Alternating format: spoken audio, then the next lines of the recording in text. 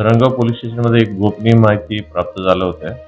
एक गोपनीय माहिती अनुसार एका घर शोधल्यानंतर त्या घरामध्ये एक इराणी महिला, तिचं नाव फरनाज आहे, वय 37 वर्ष आणि तिचा एक लहान मुलं आहे. अंदाजे 3 वर्षाचं मुलं सापडले होते. मग त्या महिलांना आम्ही इथं रेस्क्यू होममध्ये ठेवलं आणि ती महिलांना आम्ही इराण परत पाठवण्याचा आमचा प्रक्रिया चालू आहे.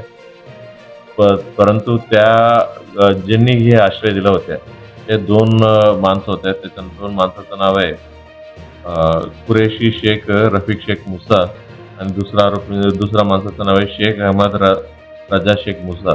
हे दोन्ही लोकांनी जे इल्लीगल फॉरेनरला आश्रय दिल्याबद्दल गुन्हा दाखल झाले होते.